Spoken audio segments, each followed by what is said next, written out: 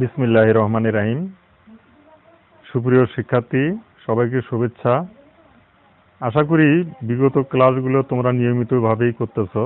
আজ তোমাদের জন্য প্রথম অধ্যায়ে তথ্য যোগাযোগ প্রযুক্তির প্রথম অধ্যায়ে ক্রায়োসার্জারি একটা বিষয় আছে। এই ক্রায়োসার্জারি তোমাদের জন্য আজকে আমি আলোচনা, বিভিন্ন সংজ্ঞা এবং এর ব্যবহার, তারপরে ক্রায়োসার্জারিতে কি কি যন্ত্রপাতি লাগে, ক্রায়োসার্জারির সুবিধা কি অসুবিধা কি, এগুলো আলোচনা করব।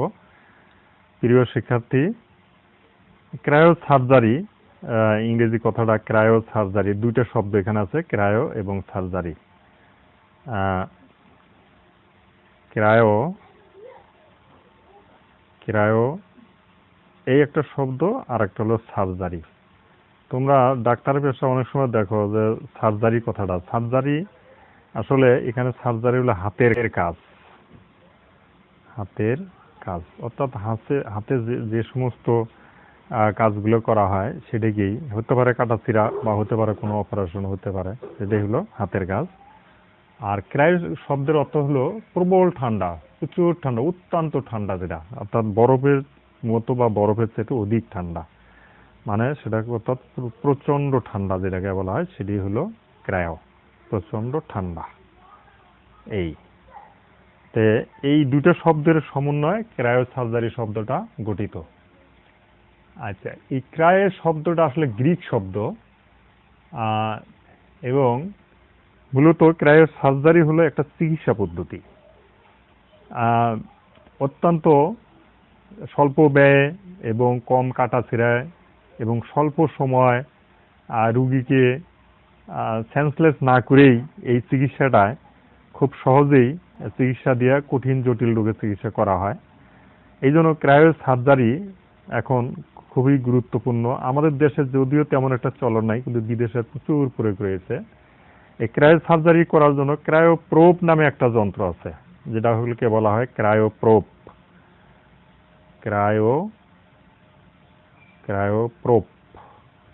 ক্রায়োপ্রোব নামের একটা যন্ত্র আছে।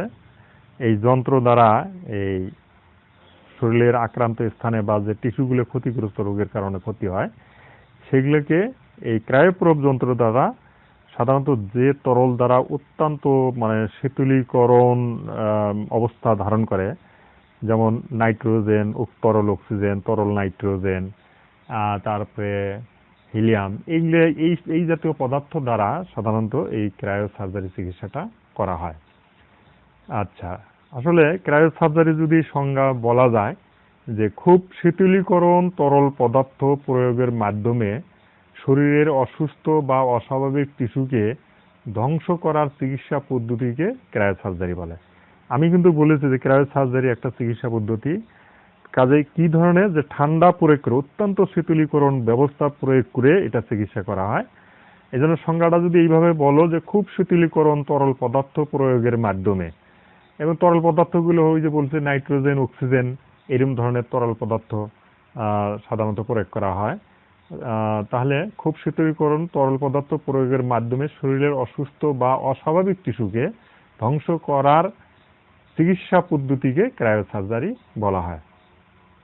আশা করি তোমরা ক্রায়োসার্জারির সংজ্ঞাটা দিতে পারবে।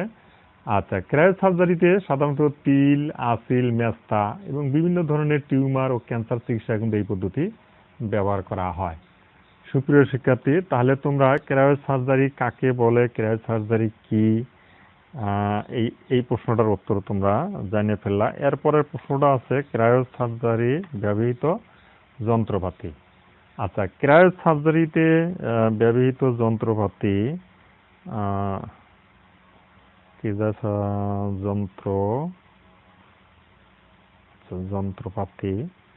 ক্রায়োসার্জারিতে ব্যবহৃত যে যন্ত্রপাতি, তোমরা এগুলো যন্ত্রপাতি অনেকগুলোই চেনো, তবু আমি কয়েকটা নাম বলতেছি। যেমন আল্ট্রাসোনোগ্রাফি করে। আচ্ছা, আল্ট্রাসাউন্ড একটা যন্ত্র আছে,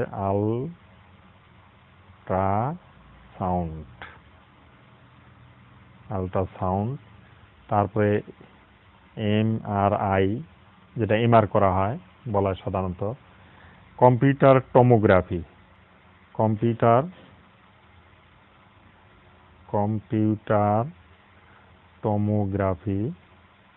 টমোগ্রাফি এটা একটা যন্ত্র, অর্থাৎ কম্পিউটারের মাধ্যমে করা হয়। তারপরে ক্রায়োপ্রোব পূর্বেই বলেছি, হ্যাঁ, ক্রায়োপ্রোব।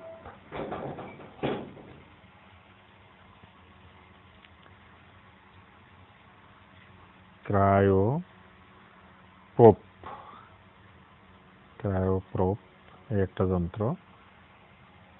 এছাড়া স্প্রে ডিভাইস, কটন বাট, তারপরে ব্রাঙ্কোস্কোপ, ডার্মাটোস্কোপ, ব্রায়োমিল, তারপরে ক্রায়োসি, ক্রায়োজেন, ক্রায়ো আলফা, তারপরে থার্মোসেন্সর, হিস্টাফ্রিজার, এই পূর্ববর্তী এই ধরনের যন্ত্রগুলো এখানে ব্যবহার হয়।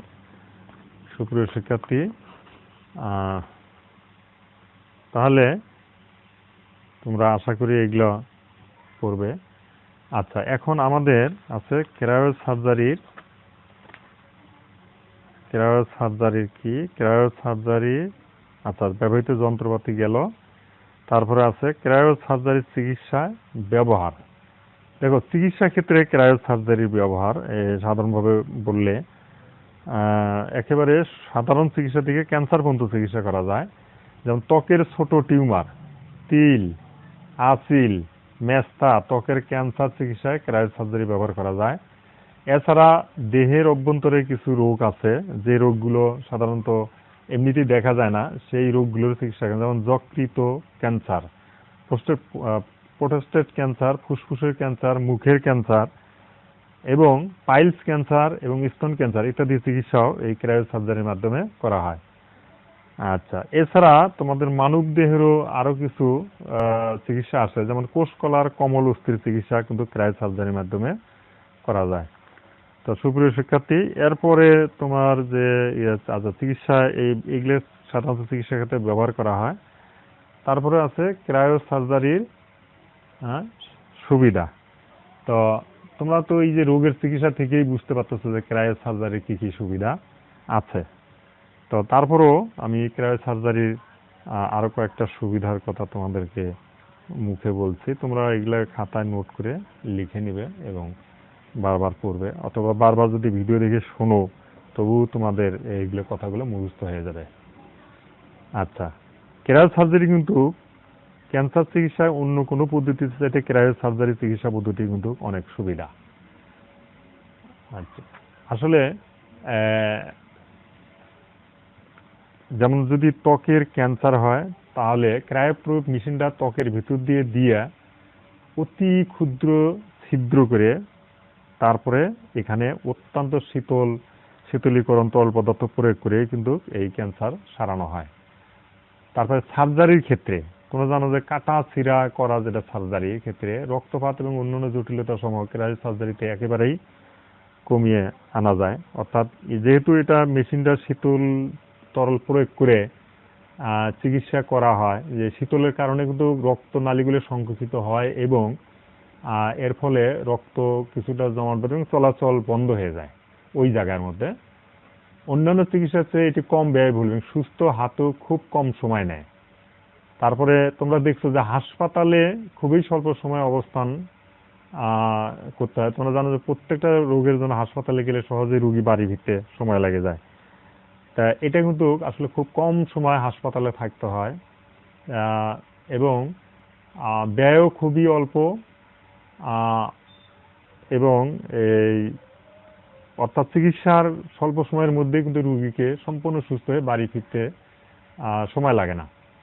আচ্ছা, চিকিৎসাটি নিরাপদে বারবার কিন্তু করা যায়, এটা একবার করলে আরেকবার করা যাবে না এমন নয়। সার্জারি, কেমোথেরাপি, হরমোন থেরাপি, রেডিয়েশনের মতো স্ট্যান্ডার্ড চিকিৎসার পাশাপাশি এই চিকিৎসাটাও করা সম্ভব। যেসব রোগীরা তাদের বয়স এবং অন্যান্য শারীরিক কারণে স্বাভাবিক সার্জারি দখল নিতে অক্ষম তাদের জন্য ক্রায়োসার্জারি একটা আদর্শ সার্জারি। যারা টাকা পয়সা কম অর্থাৎ স্বল্প ব্যয়ে স্বল্প সময়ে চিকিৎসা করতে চায়, তারপরে এটা লোকাল অ্যানেস্থেসিয়া দ্বারা চিকিৎসা করা হয়, অর্থাৎ স্থানীয়ভাবে ওই জায়গাটাকে অবশ করে, অ্যানেস্থেসিয়া মানে অবশ করা, সেই অবশ করা জায়গাটা অর্থাৎ লোকালভাবে এটা করা যায়। যেমন তোমার ত্বকের কোনো একটা পায়ের সমস্যা অথবা হাতে কোনো সমস্যা অথবা তোমার ধরো তোমার পায়ের স্কিনের সমস্যা, তাহলে ওই জায়গাটায় শুধুমাত্র অবশ করে এই চিকিৎসাটা করা যাবে, অর্থাৎ অন্য ব্যক্তিকে সম্পূর্ণ সেন্সলেস করার দরকার নাই। তো এই হলো ক্রায়োসার্জারির তোমার সুবিধাগুলো আমি বললাম। এছাড়া তো প্রত্যেকটা জিনিসের সুবিধা অসুবিধা থাকেই, অসুবিধা তো কিছু আছেই। যেমন মনে করো অসুবিধার মধ্যে এইটুকু যে দীর্ঘমেয়াদী এটার কার্যকারিতা অনেক সময় টেকে না, যে দীর্ঘদিন যেটা ভালো হলেও ভালো থাকবে হয়তো নাও থাকতে পারে, এই বিষয়টা কিন্তু এখানে একটু আছে। আচ্ছা, এছাড়া অনেক সময় কঠিন ক্যান্সার রোগটা এই ক্রায়োসার্জারিতে কিন্তু মিস করতে পারে, অর্থাৎ ভালো হইলেও শেষ পর্যন্ত এটা দীর্ঘমেয়াদী টিকে নাও থাকতে পারে, আবার হয়তো চিকিৎসা করা লাগতে পারে। তা অনেক ক্ষেত্রে ক্যান্সার একবার ভালো হয়ে গেলে আর হয়তো দিতে পারে না, কিন্তু ক্রায়োসার্জারির ক্ষেত্রে এই সমস্যাটা থেকে যেতে পারে। তা সুপ্রিয় শিক্ষার্থী, সকলকে ধন্যবাদ। তোমরা ক্রায়োসার্জারি সম্পর্কে পড়বে, যে ক্রায়োসার্জারি কি, মূলত এটা একটা চিকিৎসা পদ্ধতি। তা তোমাদের বললাম যে অত্যন্ত ঠান্ডা বা শীতলীকরণ অবস্থা প্রয়োগ করে এই চিকিৎসা করা হয়। সবাই ভালো থাকবে, সকলকে ধন্যবাদ এবং ভালোভাবে পড়াশোনা করবে। আল্লাহ হাফেজ।